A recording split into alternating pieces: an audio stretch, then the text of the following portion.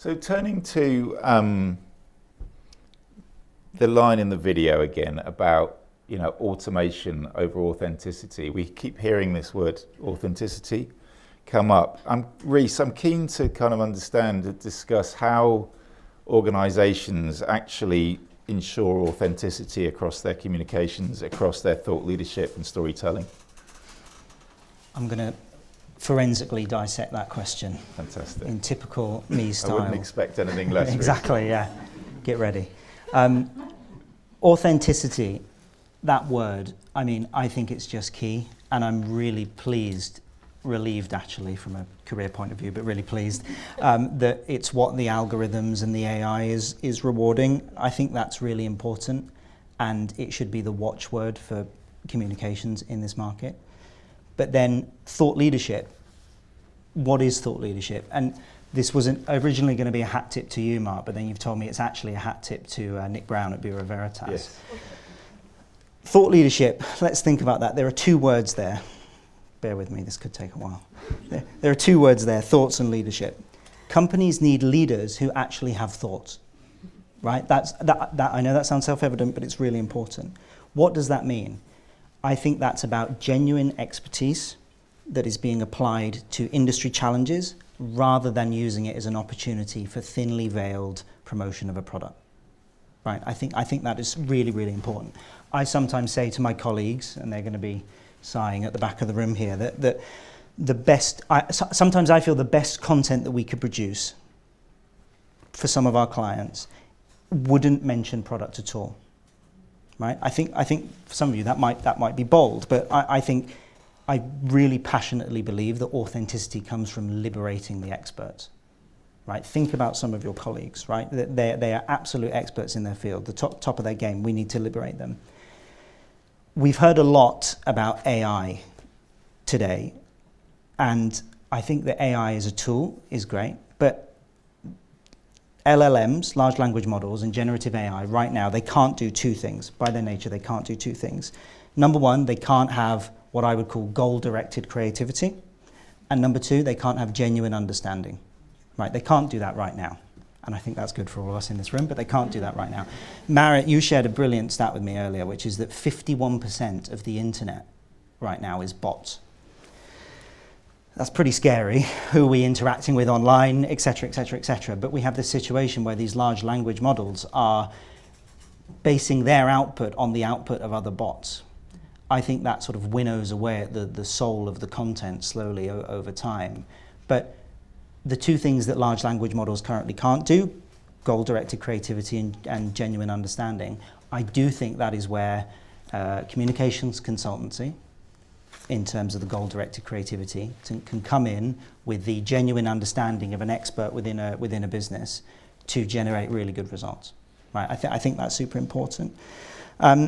And just on, and Marit, I'm going to let you come in here because I know there's something you want to mention about opportunity, again, for content. But what I would say is I think that human voices at the peer level are really important, and finding ways to get the insights from engineers to talk to engineers, for fleet directors to talk to fleet directors, for crew to talk to crew. I think that's really important, and we should be embracing that. But Marit, I know that you've got some strong thoughts about this as well in terms of the opportunity here. Yeah, we've talked a lot about thought leadership, and I think this authenticity and pulling a little bit back to something John said, also blended, Reece, with what you've brought in is something veiled as a product push or a company push that we're looking to make it a thought leadership. There's also a bit of ego in there as well. So self-promoting a bit, how smooth is that message? I think really getting down to the technical experts and getting the right people in the room in those 60 seconds that you might have with a user, having that be that authentic voice. And I think to add to what you had to say on authenticity too is to look at what is the end user looking for. Again, coming back to targeting and really understanding your audience. One thing is where they are, where do you find your audience, where are they finding your content, but what do they actually want to hear from you? How much do we understand one thing about regulation? What do we understand about what our industry is going through? But again, given the segmentation of vessel type, given any number of issues of looking at new builds versus retrofits, what actually is underpinning what that customer, what that user is looking for, and that authenticity of they understand my pain point. I'm hearing somebody who can relate to what I'm going through. Even having social media platforms and having an end user using the equipment, greasy, dirty, talking about the feedback. What did this piece feel like when I needed to change it? How was my experience with this product? What type of packaging did it come in, or was I able to return the product to be recycled? All of these types of aspects really play in. And so, again, bringing in different levels of thought leadership, less polished perhaps, less corporate messaging, which might not be resonating.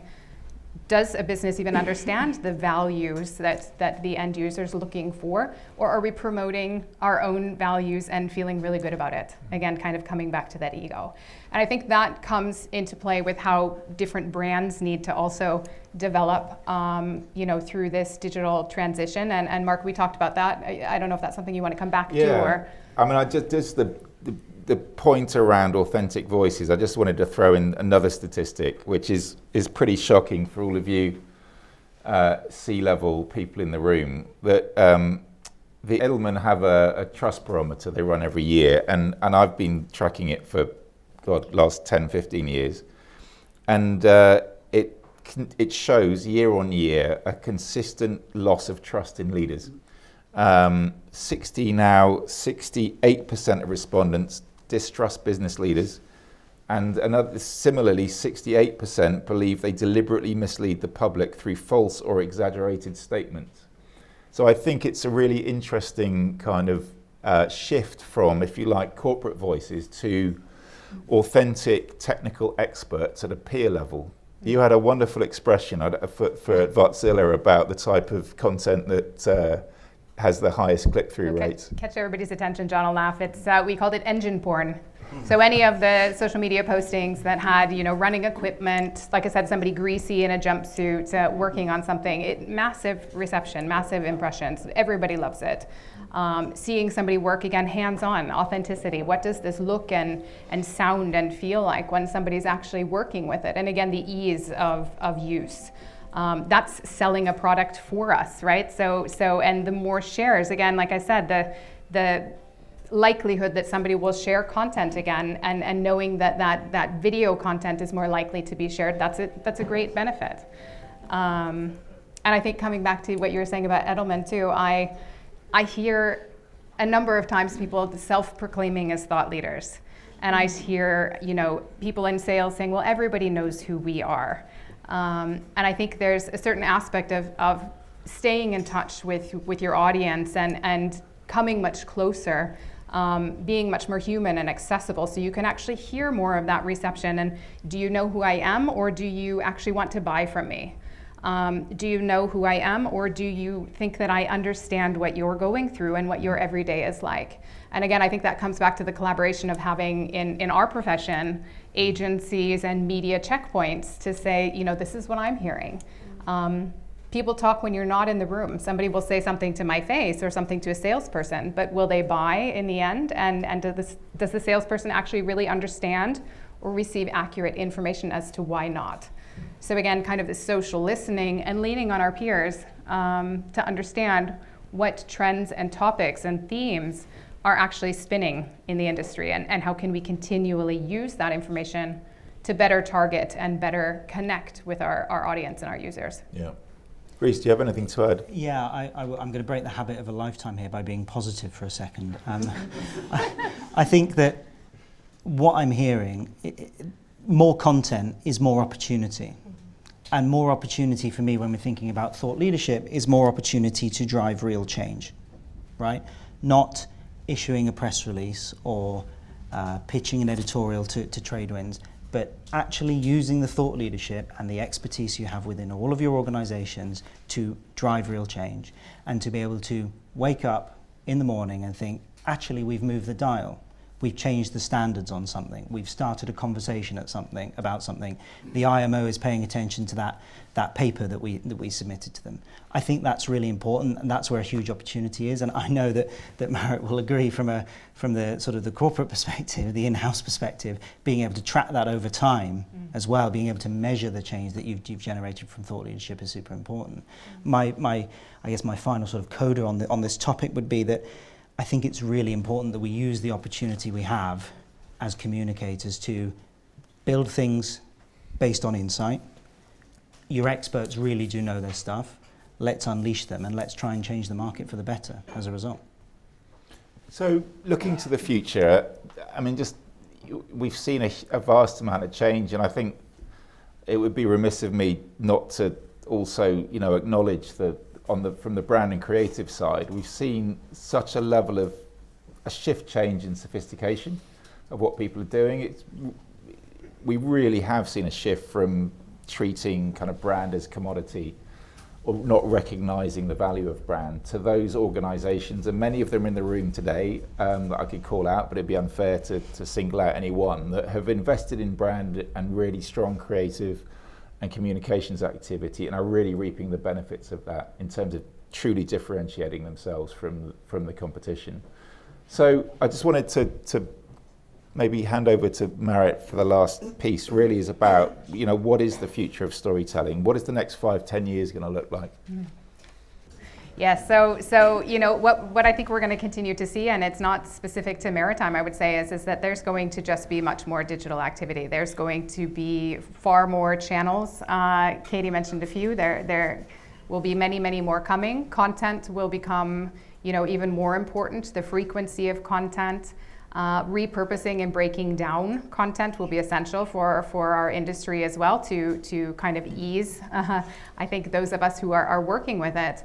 I think it's very much, again, going to be about the brand and our messaging becoming more human and authentic, and again, closer to the user, like I mentioned. How much are we actually listening to what's needed and what the pain points are, and are we actually addressing those topics and feeding to content that users will seek out, not just have land in their inbox. I spoke with a colleague yesterday about working in communications, and she was talking about click-through rate, another KPI that, how many people are opening the email we're sending to an audience that says they want to receive from us, but they're not reading the email, they're not even opening it. She's gone directly to her consumer base and her users and said, what do you need from me? And her audience is telling her that they don't know. And this is a very tight working relationship. They know that what the group is saying is important. They don't have time to read their email. They'll file it away and come back to it later. And we have seen that many a time with white papers, long form content. Go ahead and enter your information, click to download, get sent to your email inbox, and did they read it or remember to come back to it? Did they read it and put it down halfway through to go do something else or take a phone call? So again, it's going to be really driving that communications and efficient communication to an audience that is quickly and nicely packaged. It's got to be what they want. It's got to be helpful content. It's got to be something that they can feel and engage with and have a almost emotional response to, like the engine porn. This looks cool. I see somebody doing what I do. So it's going to be quite complex, and it's fast. I've got one question, which it might sound kind of odd, but perverse. I mean, I agree that email is also, I've said this for a long time, I think it's dead as a communications format. I think it just, it promulgates faster than rabbits do, and it's just one way continuation of creating just a massive information. And I go back to the old adage that no one resolved any conflict over email in the history of conflicts, never in a million years. So it's a terrible thing. But also just thinking about, I was saying kind of rather perversely, everything is, your inbox is completely clogged up. No one's making phone calls since COVID anymore, and no one's sending any direct mail either. And really interesting, actually, to get people's attention now, is putting in a phone call or sending a beautiful thing through the post, because you don't receive any anymore. Yeah. It's really interesting in this noise to cut through, trying a strategy that in fact we thought was dead, but actually may well have its time again. And if you have any thoughts on that. Maybe print isn't dead. There's a chap in the audience somewhere that used to invite senior VIPs to our ship owners forums, John, who on a very nicely addressed invite, and it really got their attention. Yeah. So it does cut through the noise. I was just going to add to your point about time spent. The average time people spend reading a Tradewinds article is 60 seconds. So you've got 60 seconds to grab them, get some information across. Is that before they get to the paywall, or? Yeah. That's It's a complicated paywall. We get there in about 20 seconds. I actually noticed that, speaking of the 60 seconds, both Holly and Craig have started doing like a video summary. I don't know if anybody's noticed on LinkedIn to have like a video summary of the news. Caught my eye immediately. It's somebody's face. I can see their expression. I recognize them. And instantly that, grabbed a different way to read the news. Those 60 seconds, somebody's telling me a little bit about it. I can even hear it while I'm not looking at the screen. So, small tweaks.